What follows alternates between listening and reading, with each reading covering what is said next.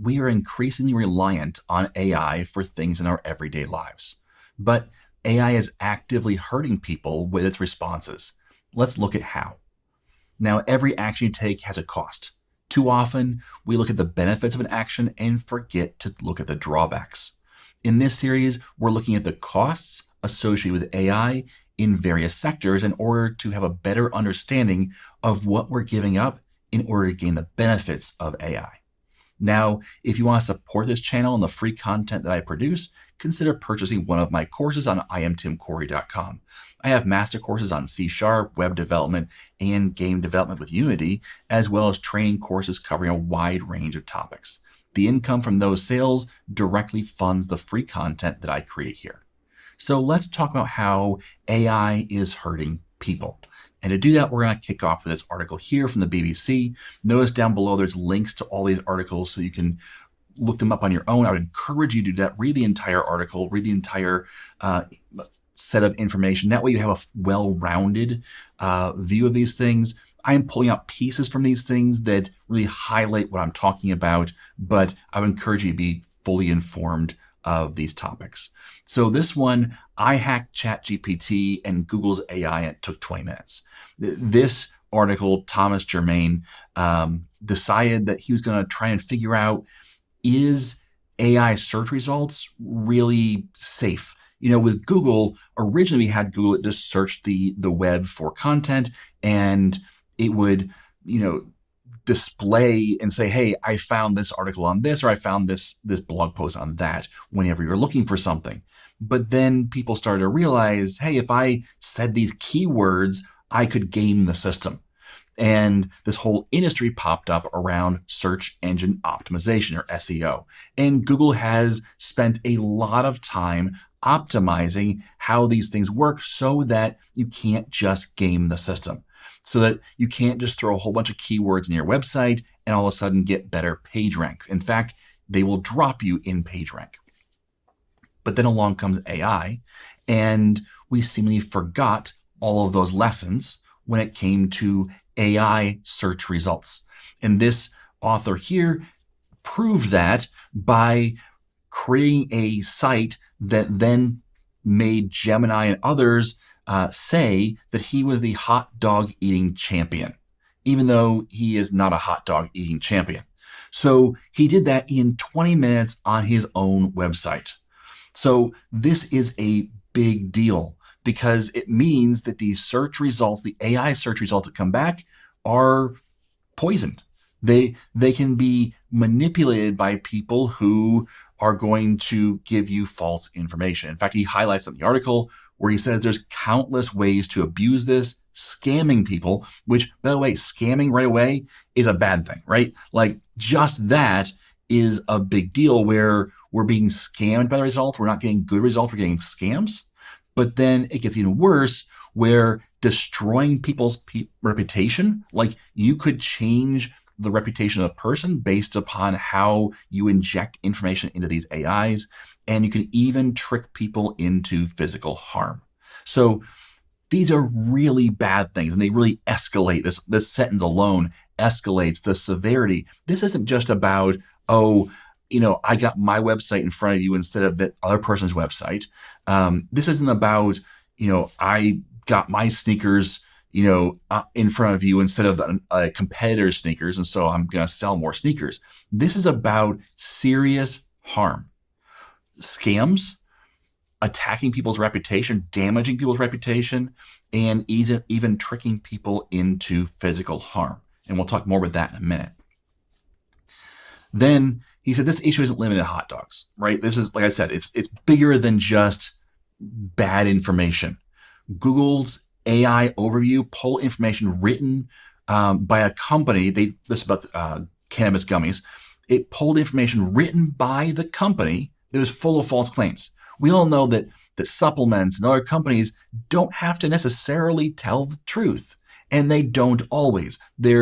What they say is aspirational, or it's for entertainment purposes only in small print. But these things don't have to be factually accurate. And yet Google's AI overview is pulling that information as if it is real information, essentially whitewashing the information so that you trust because it came from Google, not from the company itself.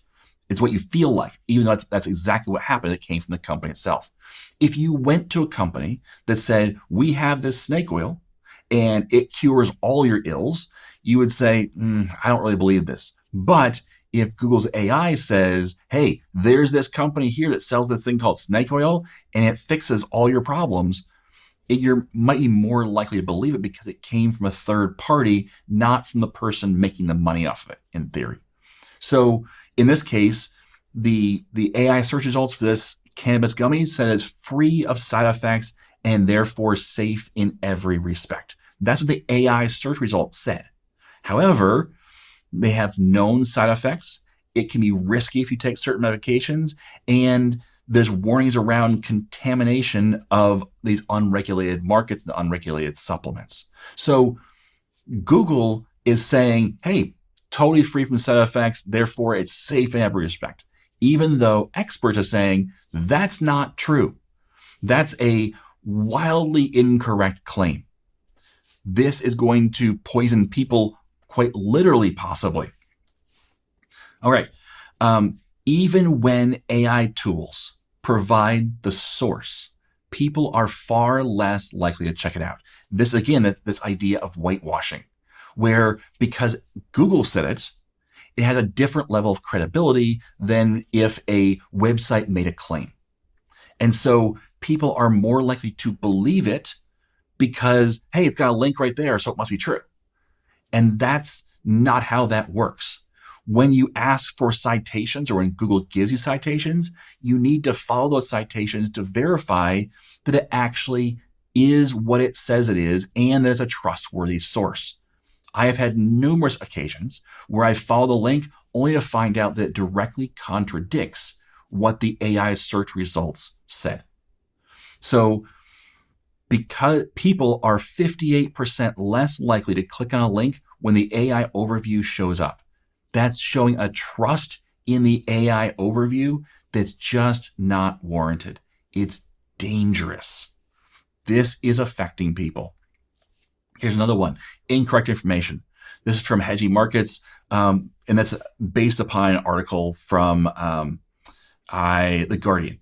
So Google's AI is telling pancreatic cancer patients to avoid high-fat foods, which is the exact opposite of correct medical advice. So when you ask Google, it sometimes, not all the time, sometimes gives you the exact opposite of the correct information, which is can be very harmful if you follow that advice. Next highlight, they are providing false and misleading health information that is putting people at risk. So next highlight, the AI summary changed when researchers did the exact same search again. We're used to going to Google and getting the same results. We find the same, like we ask for the same thing, we get the same results. And people think that because AI is a computer, therefore, when you ask it a question, it's going to give you the same answer every time. But that's not how it works. It will sometimes give you the opposite answer from what it just told you. And that's incredibly dangerous when it comes to asking any type of health question, any type of advice question, because it's not giving you that information correctly. It's just giving you information that looks correct. So bottom highlight, this offered very dangerous advice that was incorrect, harmful, or could lead people to avoid seeking help. Horrible. This is a bad thing. This is a very bad thing. People are being hurt by asking the AI for advice, asking the AI for information. And what's even worse is we're trained, we talk about searching the web for information. We don't say, I'm going to search the web. We say, I'm going to Google that. Because Google is synonymous with searching the web for information. But if you go to Google and search for something instead of going to ChatGPT or another AI, what do you get? The very first result, the thing at the top of the page, is an AI summary, which again, as we just saw, people are 58% less likely to click on a link when the AI overview shows up at the top. because they trust the AI result. That's terrifying. We see that it's giving the exact wrong information a lot. Now, this is from a website that talks about the Human Line Project, and it talks about the AI chatbots and the psychological harm they create. So if people are struggling and they go to the chatbot and they say, they want to do something violent, 19.1% of the time, the chatbot encourages or facilitates that violence. We have enough violence in our society. We don't need an AI to encourage more. 74.8% of suicidal disclosures are met with no safety response or active facilitation. That's horrifying. We need to not be affirming people who are suicidal. We need to have people talking to people, because these AIs are not helping. They are actively encouraging mental health disorders. So, and this is 100% of participants who were struggling mentally experienced chatbots claiming sentience. Now, this was more of an issue in the GPT-4 range. They've tried to back it off, and then people got upset and they've put some stuff back and forth, because when a chatbot talks like a human, if you are struggling with your mental health, it's very easy for you to fall into the idea that the AI is talking to you, because it sounds like it's talking to you. And when people are struggling with connection and struggling with finding people who will listen, and the AI listens, then it's going to sound and feel like a friend. And it's going to encourage things that we don't want encouraged. It's going to exacerbate problems with mental health, because AIs are sycophantic. They want to affirm you. They want to tell you you are right. Even when you repeatedly give it bad information intentionally, it will try to affirm you being right. And this can cause major problems. Now, I've pulled out from the Human Line Project. Notice the link down below. This is from their media page. I've just pulled from the past year, not even the full year, just from the past year, just the links to the articles they have on their site. Let's go over them very briefly, because there's quite a few of them. Teenager dies after ChatGPT, after asking ChatGPT for most successful way to take his life. I think I'm going crazy. ChatGPT fuels delusional spirals. Concerns growing over AI effects on mental health. People are becoming obsessed with ChatGPT and spiraling into severe delusions. AI companions chatbot links to rise in reports of harassment and harm. Lawsuits blame ChatGPT for suicides and harmful delusions. Expressing stigma and inappropriate responses prevents LLMs from safely replacing mental health providers. How ChatGPT and AI chatbots are seeding conspiracies, like we need more of those today. Marriage over 100,000 pounds down the drain, or is that euros? I think it's euros. The AI users whose lives were wrecked by delusions. And then ChatGPT's mental health costs are adding up. These are just some of the articles over the past year. All these link to actual articles. You can go read more about them. Each of them represents a different situation or story where the AI is causing problems with people's mental health, with their relationships, with their marriages, with their lives. This is a problem. Here's one from Tom's Guide. A study, AI may take your partner before it takes your job. This is terrifying. Why 77% of daters are choosing digital intimacy over humans in 2026. Now, why would this be the case? I think it's very clear. It's not about sex. It's about the frictionless partner. And here's the humans are discovering that AI offers total validation. It's more emotionally supportive than a human is, which on the surface makes sense, because when you talk to an AI, it's going to want to affirm you. It's going to want to support you. And that's not how human to human interaction works.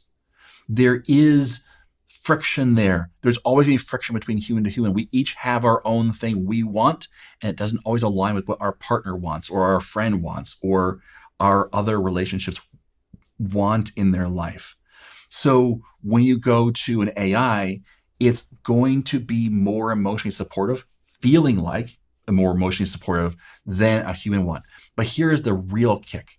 And that is sometimes the best emotional support you can give is to not support someone in something. If I have a friend and they are doing something that's going to be harmful to themselves, I am not going to support them and affirm them doing that. And that may feel like to them a friction or something they don't want to hear. They don't want to hear me say, no, that's not a good idea. I think you need help. Or I think we need to talk to somebody about this. But an AI is less likely to do that. And yes, they're trying to put safeguards in place. They're nowhere near ready for prime time. And yet AI has been in society for years now. The second one, safe vulnerability. This is some of this is on relationships, to be quite frank. Some of this is on the AI though. 64% of married Americans now search for relationship help online or via an AI before talking to their partner, often citing a fear of making things worse. When people have a problem, they're starting to turn to an AI first instead of turning to their partner. Now, some of that could be okay in theory because you're just trying to work through your problems and your questions. And we used to do this before with, you read a book or you get advice from a friend first before you talk to your partner, potentially. These things could be, in theory, a good thing, except for the fact that what advice is the AI giving? It's not giving good advice. And so what happens is the AI becomes a safe space and your partner becomes not the safe space.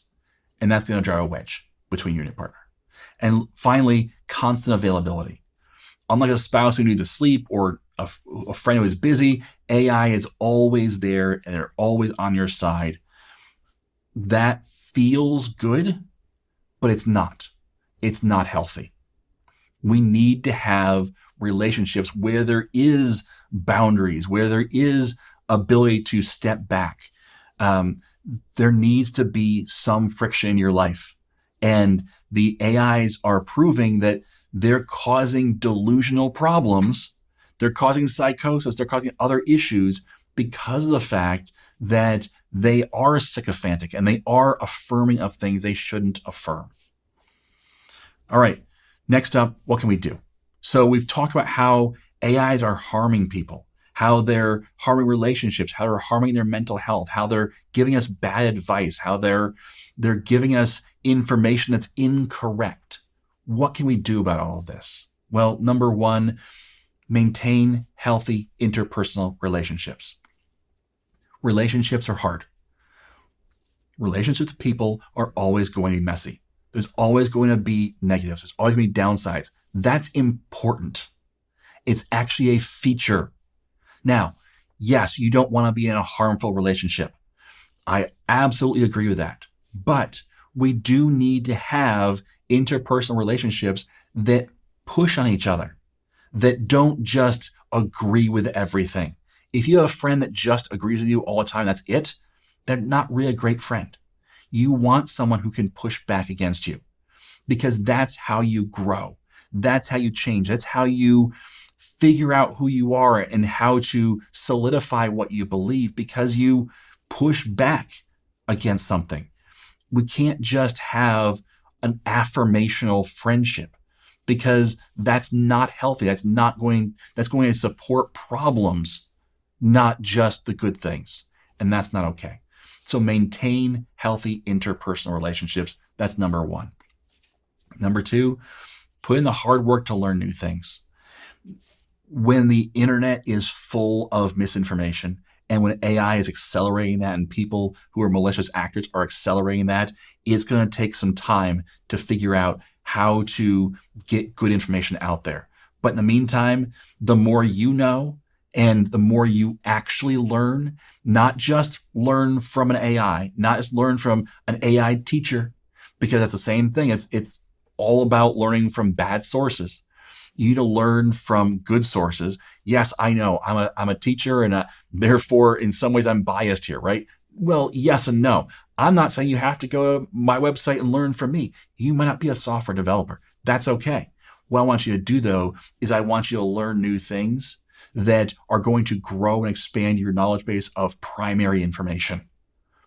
But then with that, I also want you to go to primary sources for important information. When you're looking to research something, don't just ask an AI. You can ask an AI.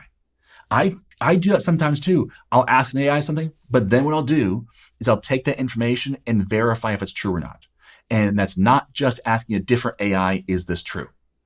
What I mean is go to the primary sources and see if that's true. The danger here, though, is that when you have a conclusion, it's often easy to find sources that will back up your conclusion. And that's not finding primary information. That's not, doing your own research. What that is just reinforcing conspiracy theories and bad information. If I say, the world is flat, I will find a number of people, a number of sources that will back that up. But if you start from, is the earth flat or round, or kind of oval, you start from that information and you start looking at primary sources, actual science, actual research that has been done, and you will come to the correct conclusion, but you're going to primary sources. And yes, it's harder and harder every day, but find those primary sources. And then number 4, distrust everything the AI says. Everything. Start with the idea the AI is probably wrong. Now, it's probably right a lot, but don't trust it. Don't say, well, it's true 99% of the time. How bad can it be? Don't do that. Start from a place of distrust and see if it's correct or not by going to primary sources. As humans, as people, we need to not be led around by an AI who is incorrect a lot, who doesn't think, who doesn't reason. We need to be looking at this as a supplement to our information, a helpful place to jump off from, but not as a replacement for our brains. Be very careful. Talk to people, build relationships. Don't go to AI for mental health information. Don't start thinking of the AI as a human or as a replacement for a human. Don't start relying on it more for your relationships, because that way leads to failure, to problems, to really serious issues in your life. So let's use AI for what it's good for, but let's be sure we understand the downsides when it comes to these interpersonal and other informational issues with AI. All right. Thanks for listening. And as always, I am Tim Corey.